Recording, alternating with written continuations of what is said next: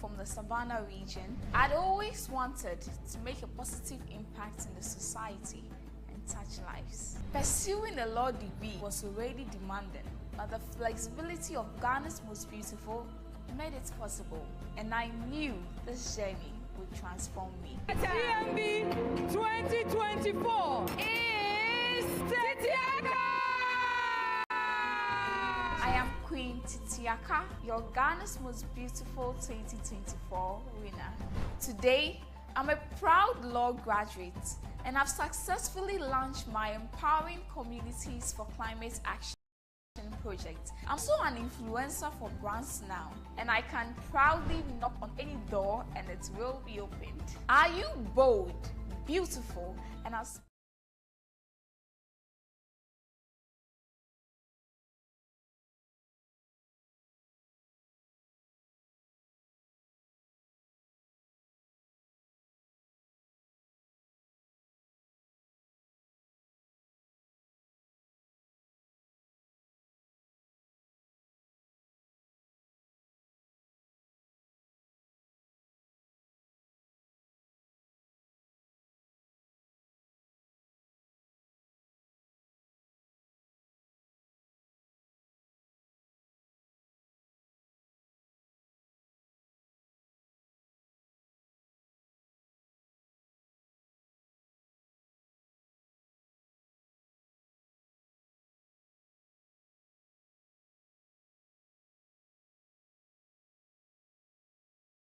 Simply superior. Sasso insecticide spray and coil.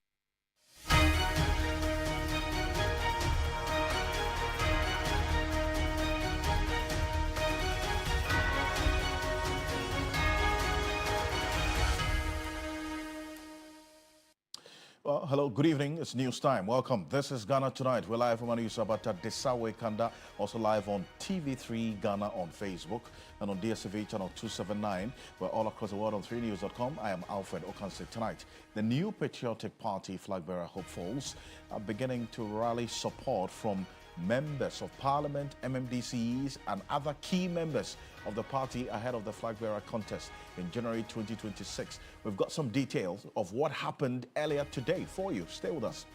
Also, tonight, Electoral Commission of Ghana rules out the possibility of a rerun of the parliamentary election in Ablekuma North. In the meantime, now, the Commission earlier today briefed Parliament on the way forward. Tell you. Stay with us. Also, the final Supreme Court nominee, Justice Kweku Teria Akabuafo, takes his turn before the Appointments Committee of Parliament after a brief suspension of the exercise. We've got details and the backstory for you, exactly why his vetting was delayed for a little over 24 hours. Stay with us. As always, you're an integral part of the conversation. Let's hear from you. The hashtag we're using is Ghana Tonight on Facebook and on X. Let's get talking.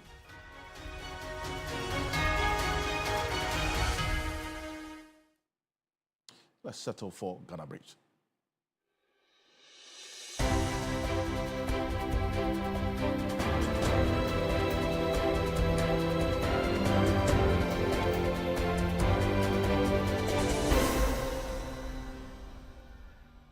The Electoral Commission says it is not considering a rerun of the Ablekuma North parliamentary elections until all processes involved in the recollation exercise is exhausted. The Commission has come under intense scrutiny following its failure to declare results months after the elections and denying constituents of fair representation in Parliament. Deputy Commissioner Dr. Bosman Asari appeared in Parliament on Thursday to brief the House on fallouts from the 2024 general elections. Mr. Speaker, the collation has been transparent. As a Commission, we are desirous of ensuring that the people of Ablekuma North have a representation in Parliament. We urge this Honourable House to assist us in getting the support of the Ghana Police Service to provide the requisite protection to enable us to complete this collation exercise.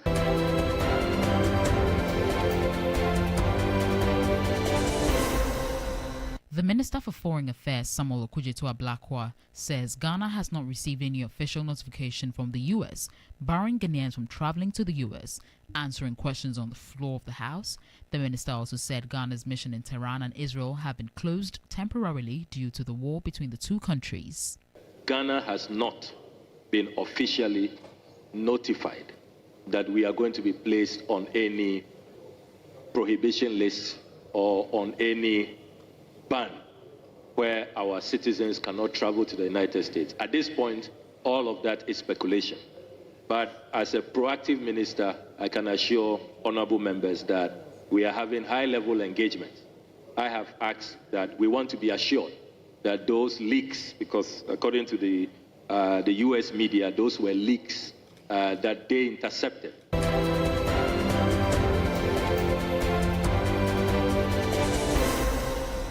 Some minority MPs from the New Patriotic Party have visited former Vice President Dr. Mahamudu Bawumia to pledge their support as he prepares to contest the party's flag-bearer race ahead of the 2028 elections. The visit follows reports of other party members expressing interest in the position. The NPP is set to hold its presidential primaries on January 31, 2026. Dr. Bawumia, who led the party to a major defeat in 2024, is seeking a political comeback. Our members of parliament, I think that it was a very happy visit to be said. Courtesy call, and it's a call to declare support for me. And I am so happy in terms of the group that have declared support for me from parliament. Now amounts to just over 60 members of parliament.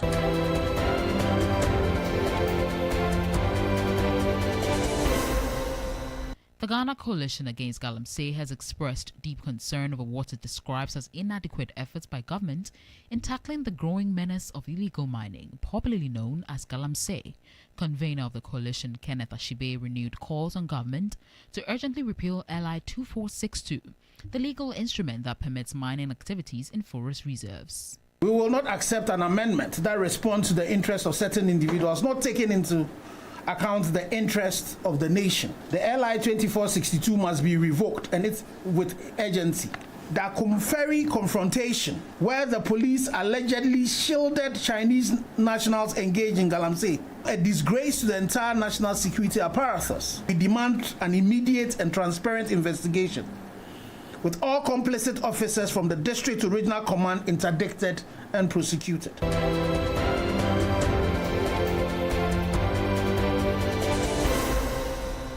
The Bank of Ghana says as the country's macroeconomic indicators continue to show signs of improvement, it is also taking steps to rebuild its credibility by addressing challenges on its balance sheets.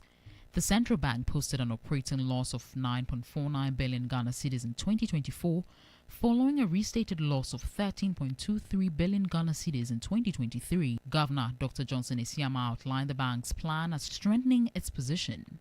We expect inflation to go down to below 12% by the end of the year. Our international reserves are improving and the cedi showing relative stability. We are cautiously optimistic, but we are not complacent. The bank is pursuing 3 imperatives to anchor our credibility.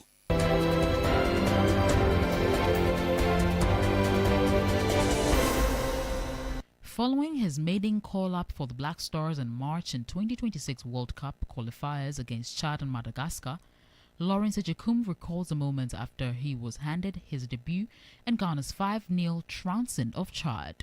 The midfielder, in an exclusive interview with 3 Sports, reflected on what it meant to join the national team for the first time. I was really excited. You know, when I was in WAF, I was looking forward to playing in under-17. When I came to Salzburg, maybe under-20, and then when I didn't get those opportunities, for me, I felt that, okay, maybe God was hiding me and then preparing me for a bigger stage. So when I got the first call to the national team, I was really excited and grateful.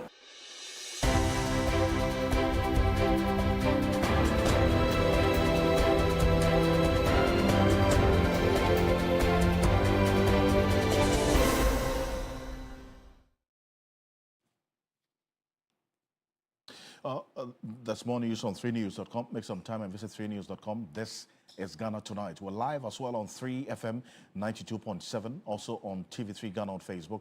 And as always, probably brought to you by Flamingo Paint, Simply Superior, Sasso Insecticide Spray and Coil, Kum Tum Tum Preko.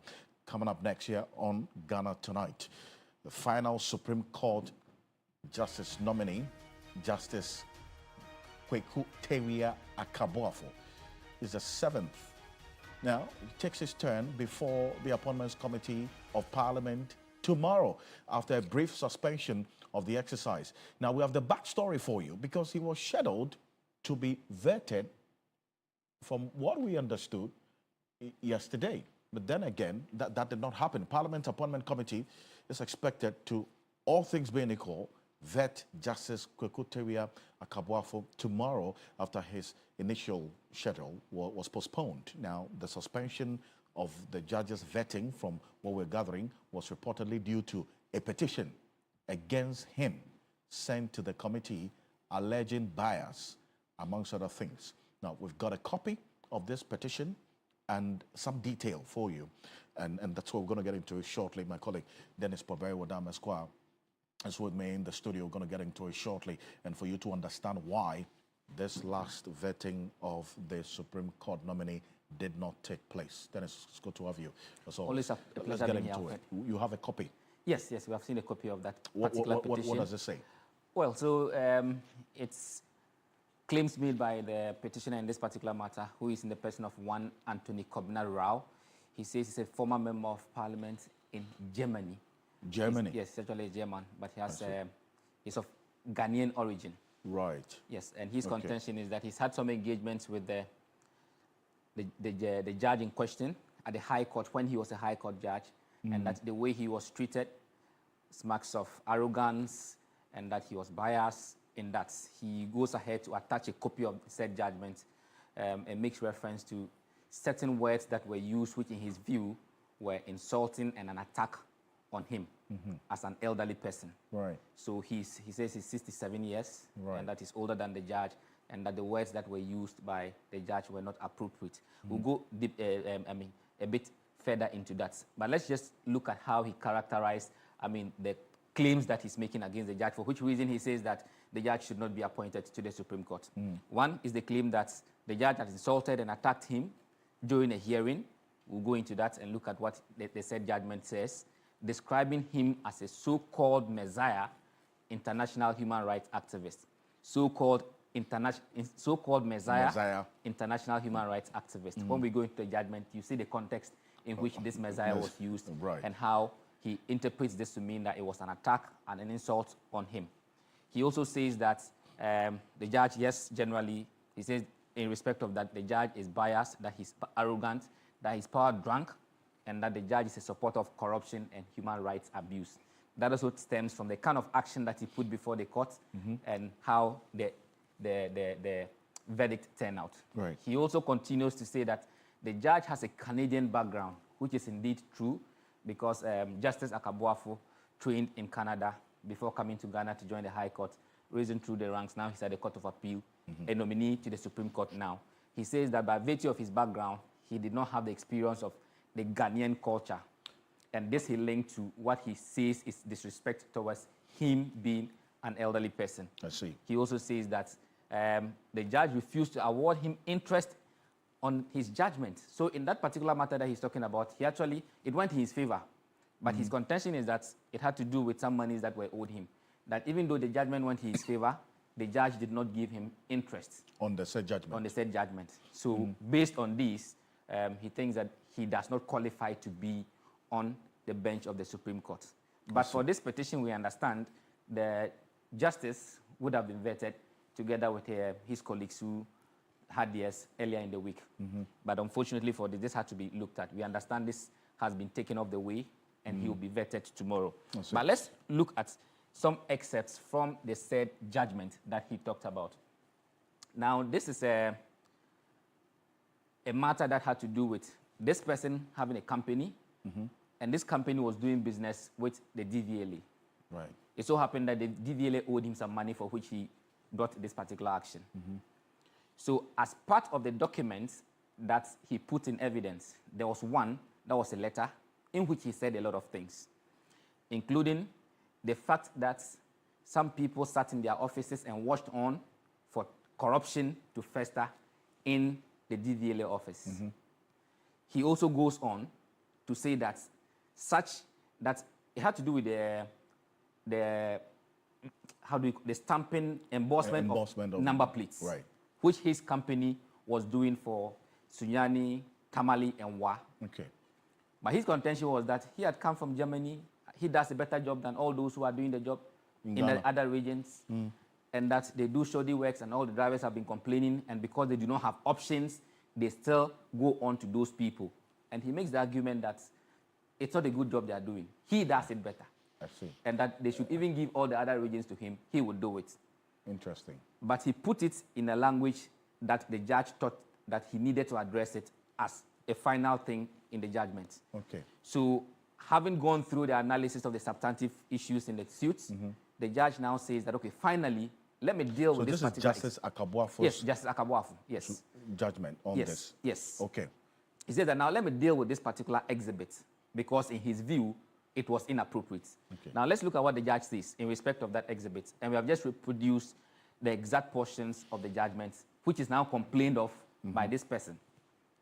He says that finally, before I bring the curtains down, I wish to comment on the plaintiff's exhibit F, which the witness and the author, Mr. Abebrese Rao, referred to as a letter of protest.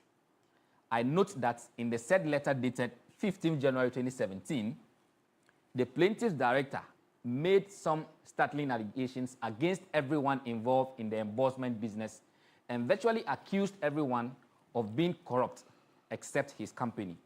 Mind you, as I was explaining, his allegation in that letter was that all the other companies were doing shoddy work, yet drivers had no option than to go to them, and that he could even do a better job if they gave him that contract. So that's what the judge is addressing, that he made allegations against everyone involved in the embossment business and virtually accused everyone of being corrupt except his company. He wrote that all the embossers are doing shoddy work and are dangerous and a threat to the state. Those were his words. And that's how come you see that the judge also put them in inverted commas to address that. He goes on to say that I have chosen to restate part of the 3-page letter. So when you read the entire judgment, he actually went to pick portions of this letter, which he refers to, that I have found it troubling and highly unacceptable that the plaintiff company chose to throw everyone involved in the embossment business under the bus and accused everyone in the business it only joined over 2 years ago of corruption and criminality without any scintilla of proof.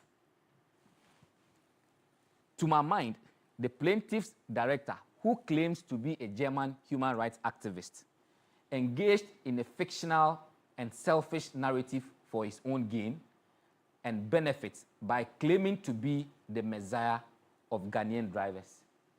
Do you see the word messiah there? Yes. So this is exactly the word context in which that messiah was used. And this is the point where this petitioner now complains that he insulted him and attacked him and used words like messiah to describe him, which he finds disrespectful. Right. He says that it is high time the people of Mr. Abebrese Rao's nature learn that it is inappropriate to accuse public servants and other citizens of criminality and corruption without any proof, and at the same time solicit for jobs people are already assigned and engaged in under the guise that they have foreign expertise and are motivated by altruism. The public space and the courts are not forum for self-serving sensationalism and aggrandizement. Therefore, Mr. Abebrese Rao and his like should spare Ghanaians of such self-glorified epistles. So this was how the judge then at the High Court addressed that specific exhibit, which was a letter that Mr. Abebrese himself had written to protest some adjustments that were done to, I think, some monies. Yeah. So this, he says, it was disrespectful to him. It was an attack on him, and that it was an insult to him, for which he put it before the Appointments Committee to look into. And what he was actually demanding is that the judge in question does not qualify to be on the bench of the Supreme Court because of these things that I have listed, including this particular matter.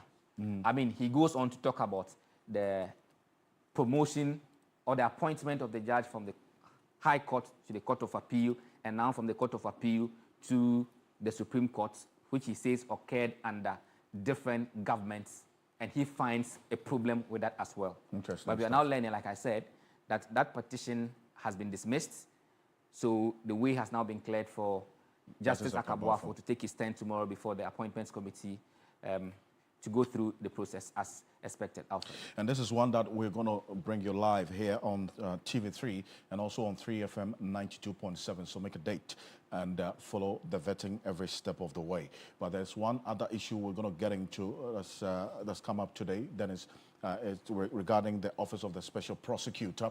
The information that we're getting today is that the Office of Special Prosecutor has formally charged 4 public officials, including a National Insurance Commission officer and a former vice presidential staffer.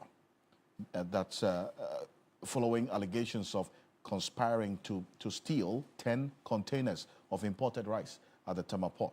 Now, what we do know, based on the Special Prosecutor's statement on his X page, which we have a copy of, and then that's what you have on the screen there.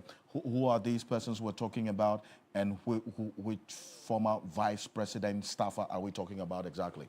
Yes, precisely so, Alfred. So the OSP names one Issa Seidu, James Kek Osei, John Aban, and Peter Archibald Head, that they have formally been charged. Tomorrow they'll have their turn in court as well. And this has to do with matters relating to corruption, specifically on the matter that has to do with that they hijacked 10 containers of imported rice at Tema Port, that the rice was imported from Thailand in 2022, was fraudulently claimed by Seidu using fake documents and a letter falsely issued from the Office of the Vice President. Mind you, this was in 2022. So Office of the Vice President in question refers to the previous administration. That's Dr. Mahmoud Bamia. Yes, please. Seidu, who works with the National Insurance Commission, and Osei, a former director at the Vice President's Secretariat, allegedly teamed up with 2 senior custom officials, Aban and Haid, to override custom processes and secure the goods. That despite the rice being legally imported and duties paid, the group tried to auction the containers to Seidu. Their plot collapsed after internal investigations, and a High Court ruling exposed the scheme. The 4 are due in court tomorrow, Friday. Friday, 27th June. So that's next week. Yes, they'll have their turn in court. So this is by way of update from the Office of the Special Prosecutor in the fight against corruption and corruption-related offences. And this case has been on the radar of the Special Prosecutor for quite a while. Every half-year report, end-of-year report, we see it as well, is it not? Over the last at least two years or so. Yes, so it's one of the many cases that the OSP would usually say after giving updates on specific cases that there are other matters that they are looking into. But this is a matter that has come to a point where the accused person or the suspects in this will have their turn in court in the coming days. Dennis, Robert Wadam, I appreciate you for this. Thank you so much. You'll find more of that on 3news.com. But coming up next here on Ghana Tonight, the New Patriotic Party flag bearer hopefuls are beginning to rally support from members of parliament, MMDCs, and other key, that's former MMDCs and other key members of the party ahead of the flag bearer contest, which we now know, based on the press conference 3 days ago addressed by the General Secretary of the party, will be on the 31st of January 2026. Now, a number of them, some members of parliament we saw earlier today, visited the former vice president and also flag bearer of the MPP. We're getting to that. But prior to today, a number of them have already been testing the waters to see exactly how things are going to play out for them. Dr. Brian Champong, the Abetifi Member of Parliament, former Agric Minister, is one such person who has commissioned a committee, giving them 1 month to go around the country. Now we are hearing that, yes, he's going to contest the flag bearership of the MPP, according to Davis Opoku-Ansah, OPK as we call him, today, giving that declaration. But take a look at this. This is Brian Champong. guys, what they go on? We go election 2024, no go well. We see the results. But Charlie, where we day, we time where we for reflect and see what Ghanaians know like where they no vote for us. And what right now where we day, everybody they talk, no unity day, this one take pass here, this one take pass here. No good for us. MPP, we have values.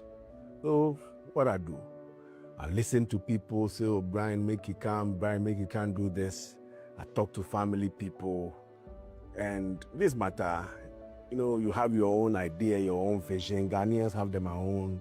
MPP people to have their own. So if I seek alignment, so I formed committees, they may they go talk to the party people, may they talk to Ghanaians, and may they find some alignment between my vision and what MPP people will help us. So that's Dr. Brian Champong there. Now, he's seeking alignment and so on. He's not alone in this and testing the pulse. The Empriaso MP has indicated today that, yes, he is going to contest, as Brian Champong is going to contest the flag bearership of the New Patriotic Party. Ahead of today as well, we saw the former Education Minister, Dr. Yao Duchum, also put out a video announcing that decision to contest the second time for the flag bearership of the MPP. Take a look. Dear countrymen, let me begin by expressing appreciation to every one of you for the show of love, concern, and support during my tenure as the Minister for Education of the Republic of Ghana. The last few months, wherever I go, people will come to me and tell me how much they appreciate the work that I did for this country. I never expected such commendations from people on the street. My life journey has been defined by service not just to causes, but to people. As Vice Chairman of the New Patriotic Party in California, I led efforts that mobilized resources and support for our party's victories in Ghana. Far from home, we stood. That's Dr. Yao Duchum. And you heard Brian Champong speak Pidgin. The understanding of those who are close to him is that he's targeting the young people within the party. But then again, Kennedy Japan as well has been talking to some party people ahead of today. He also had a strategic meeting today, but he is not buying into the idea of those who are pushing that another person who's contested as flag bearer and lost should be given the second chance. He didn't mention names, but then again, this is it. Take a look. To me, lose over 2 million. It's all a big performance. Now to me, lose over 2 million. Now I say, Mofani Paninko.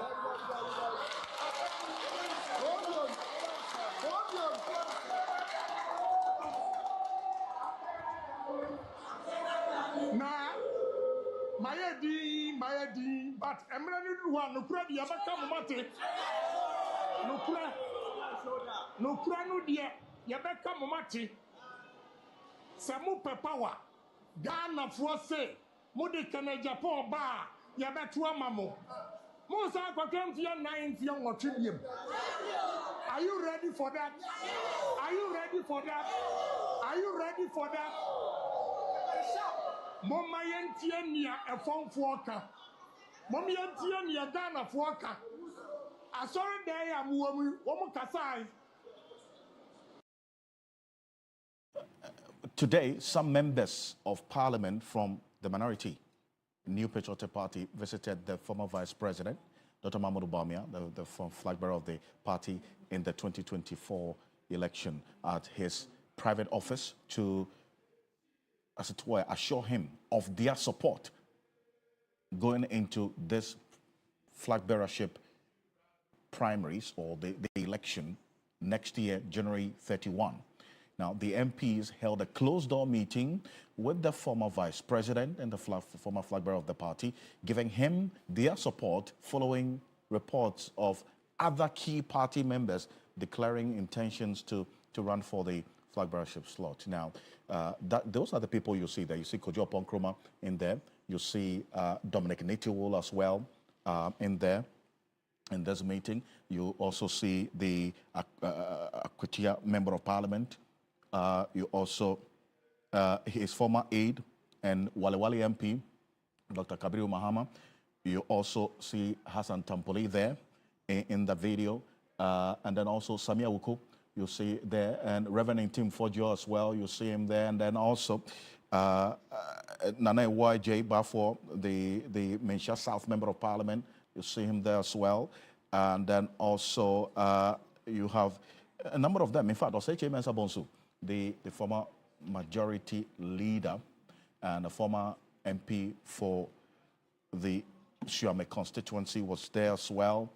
A number of the MPs and well, he put, Dr. Mahmoud Bawumia himself put the number to 60, over 60 minority MPs, and bear in mind there are 88, so think about it. This is what he said to the media after this meeting with these sitting members of parliament in his private office earlier today. Take a look. I've had visit our members of parliament. I think that it was a very happy visit to be said. Courtesy call, and it's a call to declare support for me. And I am so happy in terms of the group that have declared support for me from parliament. Now amounts to just over 60 members of parliament. And you know we have 88 members of parliament. And so that tells you that a very significant number of members of parliament have declared their support for me. And I just want to use this opportunity to thank all of them. The leader of the group here is Amprachu, who coordinated this, the MP for Bampong. And I believe that this is going to be very, very important because the members of parliament, as you know, control the constituencies to a large extent. And I'm very, very happy for exactly what they have done today. It's a strong show of support, and I thank them and I thank God for this strong show of support. And off we go. That's Dr. Mahmoud Bawumia there. You hear him talk about over 60 sitting NPP MPs. And so if there are 88 of them, says, yeah, so he has over 60 of them pledging support for him. Well, Kennedy Japan, who is also a flag bearer hopeful, had a strategic meeting with some 268 former MMDCs, where he affirmed his decision to contest party's flag bearership. And the videos of this meeting in, in a relatively cozy environment, served sumptuous meals, we understand. In fact, we cited some members of parliament at this meeting.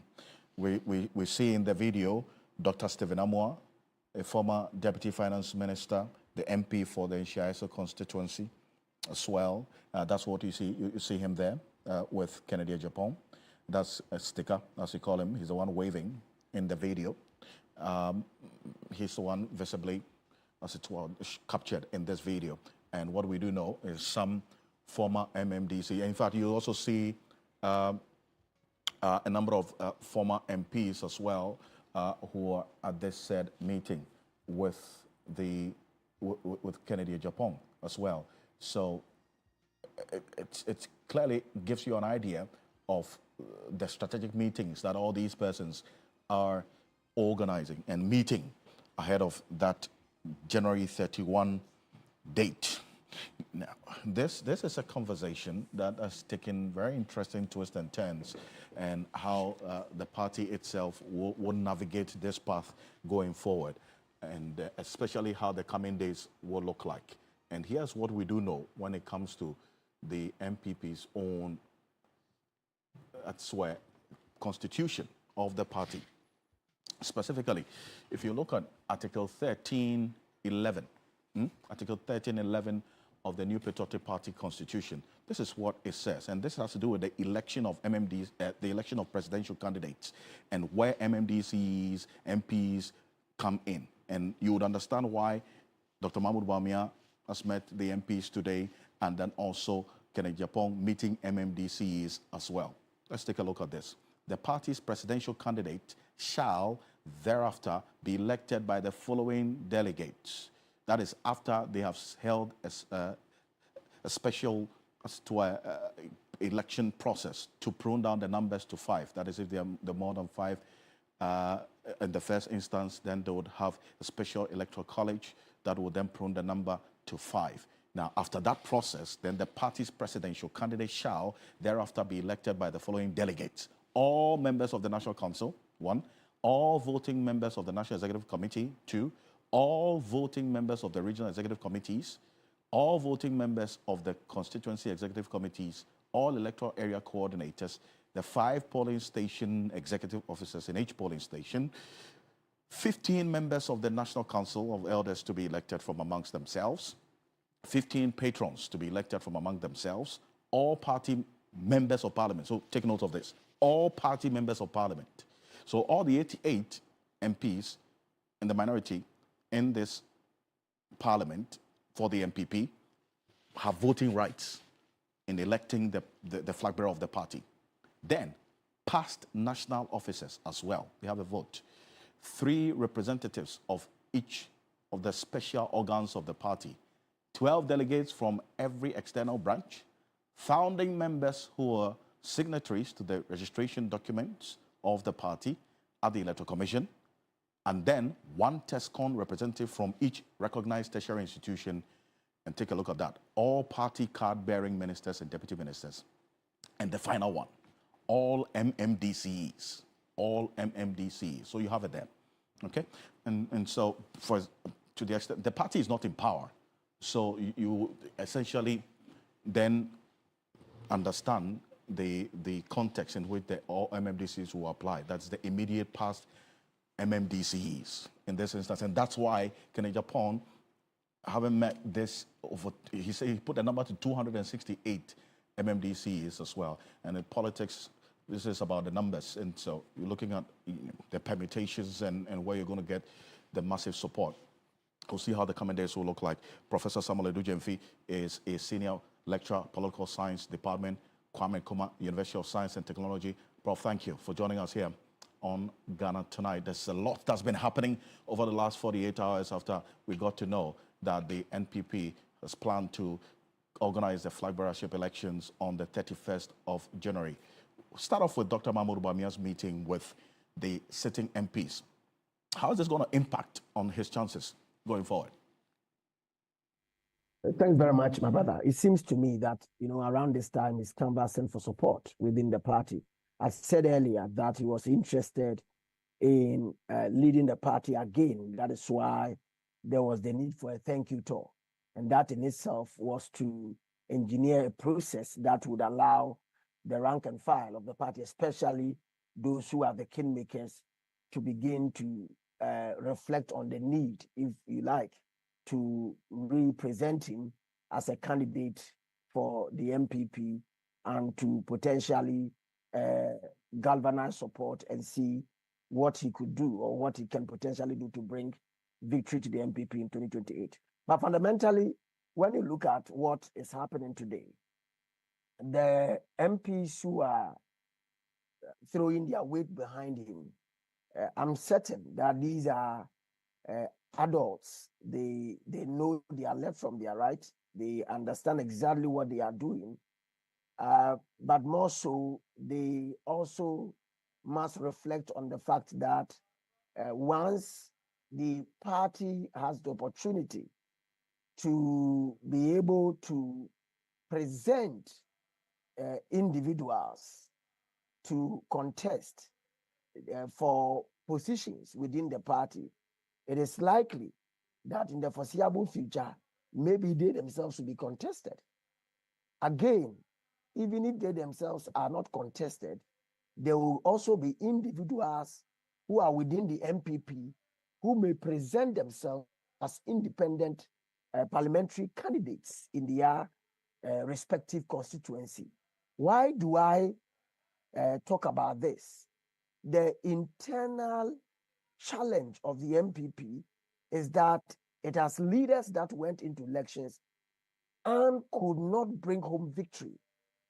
Around this time, members of parliament who have some degree of influence would definitely be required to rather not get involved in uncertain ways, but rather in ways that will seek to unite the ranks of the party than divide it. Because immediately you see some group moving en bloc to support a particular candidate, say candidate A, Dr. Mahmoud Bawumia, or potential candidate A, Dr. Mahmoud Bawumia. What it simply means is that they are pitching their tent with him against the other potential candidates. And because of the level of influence they have in their constituency, the notion would be that these persons have been whipped or into line or have been captured in many ways so that they will capture the other potential kingmakers. And here, it is the very reason why others have said that why are they interested in going into having the appointment of a flag bearer first before the elections that would, if you like, bring home or elect the executives of the party. What is happening today re-echoes or re-emphasize the point that somebody wants to capture the party and wants to do so by capturing the flag bearer's position and more so to capture key actors so that they will be in control of the party and not necessarily to build the party from the base up, having gone into elections and lost with 41 point something percent. So fundamentally, it's a game that is being played around this time. It is a kind of charade. It's to get political power by any means necessary. And once that process keeps going like that, what is going to happen is that the party will eventually get fragmented. I said on a different platform with you, last night, I believe, that once they continue on this trajectory or tangent, the party would eventually become catatonic. It is going to try to cover a sore, putrefying one, of course, which needs salt, which needs medication to allow it to heal. But this process would rather make it gangrene because some people who have influence are being, if you like, pushed toward a certain tangent. I see. They are being influenced in many ways. But on that point as well, you see Kenneth Japan as well met a number of former immediate past MMDCs and some sitting MPs, former MPs we saw at this meeting as well. How about that? Yes, so I come to that quickly. I told you about the thank you tour, which I said ought to have been an apology tour. It was a move led by Dr. Mahmoud Bawumia. Kennedy had to join because he competed with him in an earlier period, going into the elections they lost, right? And once Dr. Mahmoud Bawumia is leading the charge in getting people en bloc, then he also comes in to pull a shot. Indeed, it re-echoes my position that from day one, it was not a thank you tour. It was a mobilization front to make sure that, a flag bearer emerges at the end of the day. And on that score, it was Dr. Mahmoud Bawumia was leading the charge. But Kennedy Japan realized that he also had to get involved. I am picking from various quarters, grapevine, based on the work we do, that between these two gentlemen is going to be boot for boot. I see. And quick one, finally, before I let you go, you say that with what is happening now and the change of the date of election of the flag bearer, pushing it forward almost 3 clear years before election 2028, you call it party capture agenda. Nana Komia is an experienced communicator, strategist in an election. He believes that this is the best decision that the National Executive Committee of the party has taken, because until a flag bearer is elected, the closing of the rank and file and the agenda of unity of the party cannot be achieved. So get that out of the way, and then you deal with whatever comes afterwards.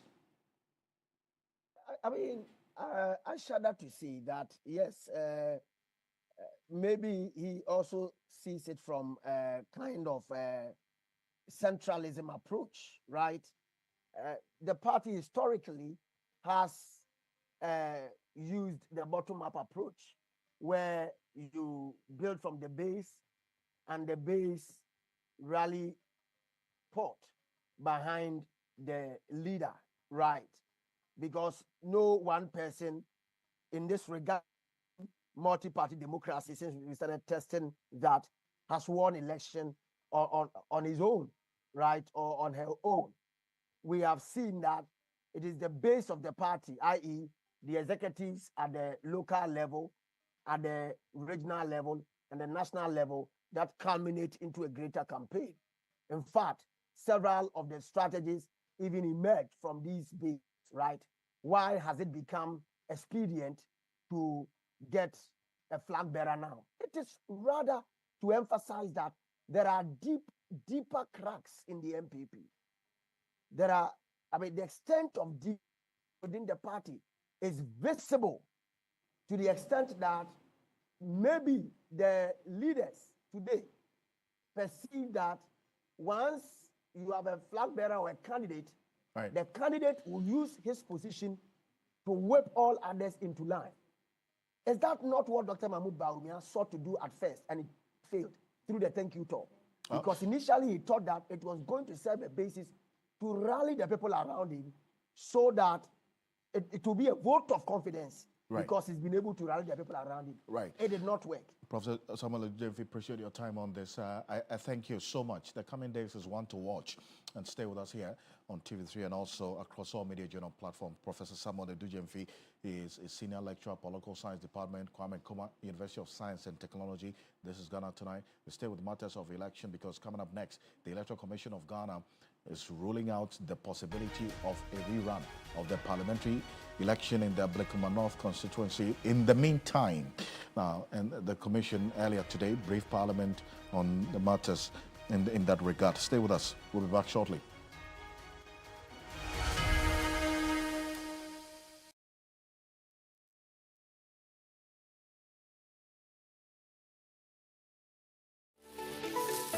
Why are more and more professionals choosing Flamingo paint? As an interior decorator, I aim for that beautiful, elegant look. Flamingo paint has great hiding ability to cover and transform old walls easily with just one coat. Impressive. For me, as a professional painter, I love Flamingo paint because with this small paint, I paint huge area, meaning more profit for me.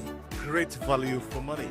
As an architect, Flamingo paint, with its well-researched and solid composition, guarantees durability for all my buildings. Flamingo paint, superior hiding, superior coverage, superior durability. Flamingo paint, simply superior. Yes, next. Hey, Nadia Benson, me didn't tum. Mr. Femi Kalika, just call me cockroach. Now, Mr. Femi once now. Hey, is that you? Improve car. Yeah. Captain Mosquito, double the action.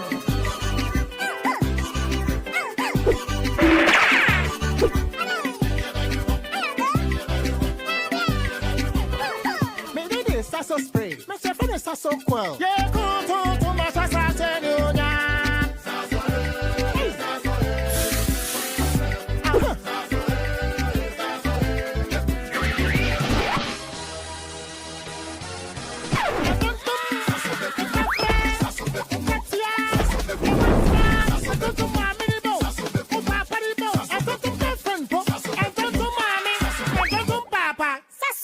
Tum preko.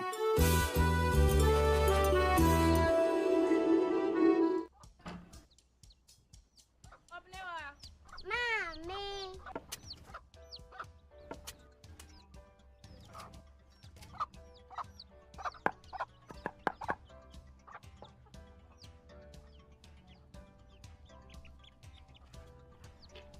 Michelle, fe.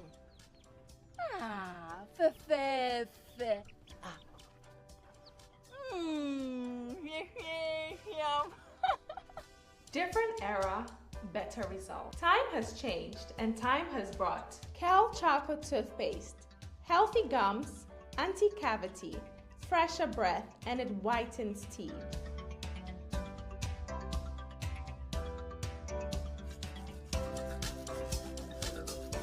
Kel Charcoal Toothpaste. Sankofa. Yenchi. Kel Chocolate Toothpaste. Happy smile.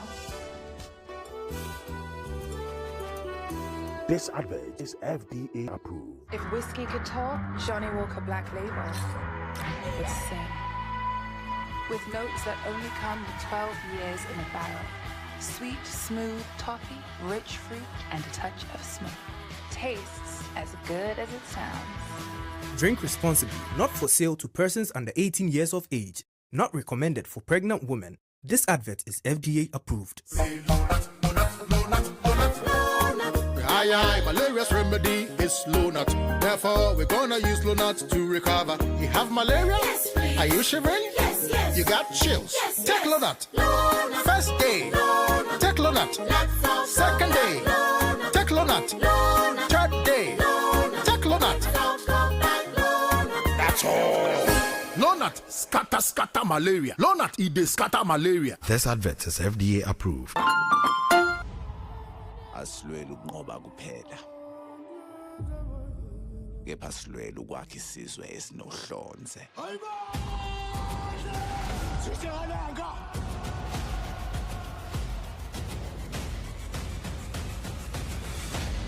Sekunjalo.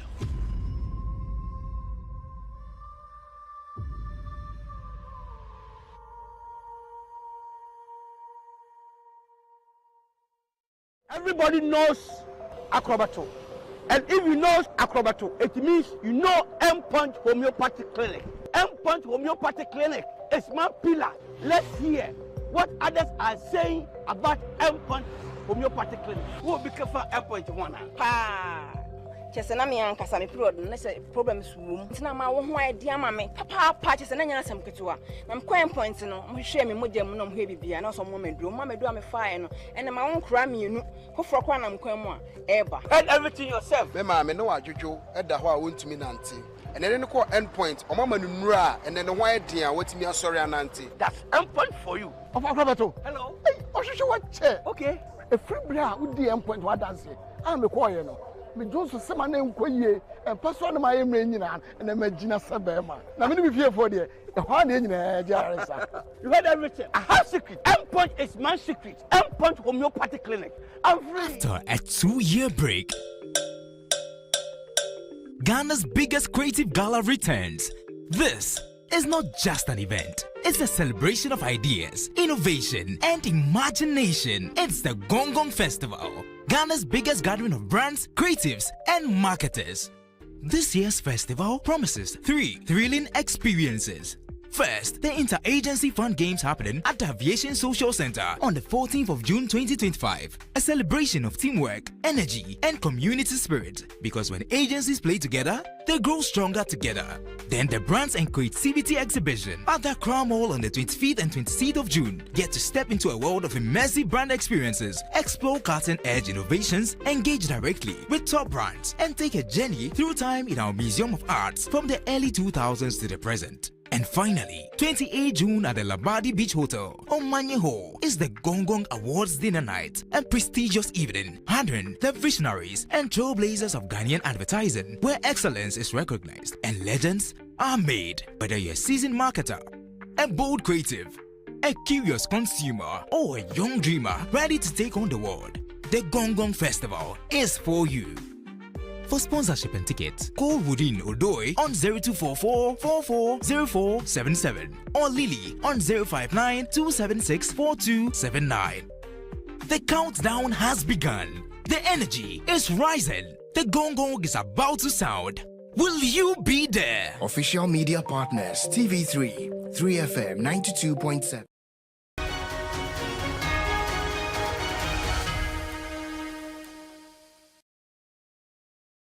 Welcome back. Now, the Electoral Commission says it is not considering a rerun of the Ablekuma North parliamentary elections until all processes involved in the recollation exercise is exhausted. Dr. Bosman Asari is the Deputy Chair of the Electoral Commission, was in Parliament today to brief the House. Take a look. The coalition should continue, whilst the other party stated that there should be rerun in 37 polling stations. To conclude, the coalition process in Ablekuma North has been very, very transparent, participatory, and accountable. The agents of the MPP and the NDC have always been present throughout the coalition, as well as the media. The evidence of what transpired from the 9th of December were captured by the media, and this shows a transparent process devoid of bias, and it was open. The parties agreed to the use of scan sheets and their agents approved of them. Mr. Speaker, this has been the process so far, and the evidence exists with all the major media houses that covered the coalition. Mr. Speaker, the coalition has been transparent. As a commission, we are desirous of ensuring that the people of Ablekuma North have a representation in Parliament. We urge this Honourable House to assist us in getting the support of the Ghana Police Service to provide the requisite protection to enable us to complete this coalition exercise. Well, after this particular answer to Nelson Ross and Dafiamepo's question, the Honourable Haruna Idrisu, the Tamale South Member of Parliament, the Education Minister, also had some questions for Dr. Bosman Asari. Take a look. Mine is just one of 3 observations, but Mr. Speaker, they will come in a question form before I make my proposition. Mr. Electoral Commissioner, are you aware that declaration of results is governed by law? Yes, Deputy Commissioner. Yes, please. And are you aware that the law that allows you to declare results defines where results should be declared? Yes, Deputy Commissioner. Is a police station one of those entities lawfully allied where you should declare results? Deputy Commissioner.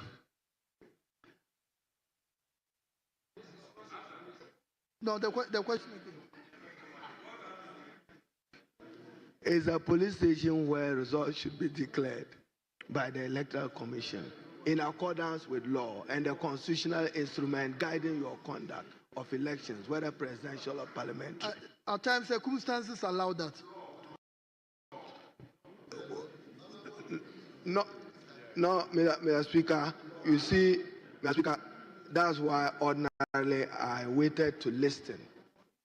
This House, Parliament, is the guardian of human rights and freedoms. And Parliament is the guardian of fundamental freedoms. And Parliament is the guardian of independent constitutional bodies. Well, the Minority Leader, Alexander Apanyomaking, also corroborated a number of things that Haruna Idrisu said and had this point to make on the back of what the Deputy EC Chair said. Take a look. Is saying that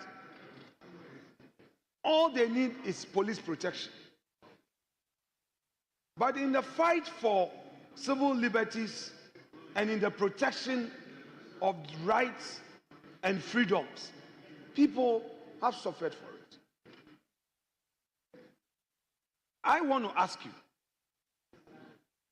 don't you think that you can take the moral high ground with all the confirmations done, like you did in the Domiko Abenya? Domiko Abenya, when you were declaring, there was no police. I was available. Domiko Abenya, there was no police. A party protested, but you proceeded. So don't you think that on the strength of what Mr. Idrisu and Mr. Nitiwood have advised, coupled with the very point I'm making, you as a commission can boldly proceed to conclude this so that Ghanaians will see that the police has delayed you and you had proceeded to That's Alexander Panyoma King in there. As we speak, Ablekuma North is not represented in Parliament. Dr. John Osai-Kwapong is a Governance and Democracy Fellow at the Center for Democratic Development, CDD. Doc, appreciate you waiting for us all this while. Thank you for connecting with us. Now, the NDC is quite clear in their position that these contested polling station results should be rerun. Electoral Commission says they are not considering that at the moment. How do you see this being resolved from what you said? So thank you very much. My position is that there are two issues involved here. The EC seems to believe that the inability to declare the results from Ablekuma is more of a security issue than it is an integrity of the ballot issue. From what the NDC is saying, especially in their interest in having a rerun in some of the polling stations where either the pink sheets are missing and therefore they cannot accept any other versions of whatever pink sheets may exist or not. For them, it's a ballot integrity issue. Depending on the number of polling stations that are outstanding, my initial thinking is, can we provide the EC with all the necessary security that it needs? Go through the collation exercise, declare a winner, and if there are grievances in that process, then subject it to the legal process and have it resolved. And on that bit about this, your recommendation of there being given a needed security, you heard Alexander Panyoma talk about it, and then also the Honorable Haruna Idrisu. I recall over a month ago, the election task force met. The IGP called on the Electoral Commission to provide the police with a roadmap so that they would know what to do in planning for the Ablekuma North election coalition process to be ended. So hearing the Dr. Bosman Asare now call on Parliament to impress on police to give them protection, how did that strike you? It strikes me as an odd request. Is the request to Parliament to intervene and impress upon the IGP and the Ghana Police Service to provide them security because the Ghana Police Service has refused to provide security? I'm at a loss to really understand why the Ghana Police Service will do that, right? Is it that the security that the police have said or have offered is inadequate? That is why they want Parliament to intervene? I don't know, but it came off as a very odd request because it gives the impression that they are not getting the cooperation of the Ghana Police Service in terms of the security needed to be able to collate these results, recollate them, and announce a winner. For such an important exercise for which the Ghana Police Service has always provided security, it's hard for me to really understand why they wouldn't under such circumstances. Right. In the other constituencies that were recollated and results announced, the Ghana Police Service was there and provided the needed security. So why the intervention of Parliament at this point just for Ablekuma North? I'm not sure, and maybe the EC can explain further why they are requesting Parliament's assistance in getting the Ghana Police Service to provide them with the needed security. Right. Dr. John Osai-Kwapong, appreciate your time and your thoughts on this. He is a Democracy and Development Fellow at the Center for Democratic Development, CDD. Thank you for joining us. And the conversation continues on our Facebook page, TV3 Ghana, Money, Patrick Nketia, Marianne, Adam, all of you commenting on this. Let the conversation continue on TV3 Ghana on Facebook. On behalf of the rest of the team, we do appreciate your company. Join us same time tomorrow for another conversation. I am Alfred Ocansey. Have a good night. Ghana Tonight is brought to you by Flamingo Paint. Superior durability, superior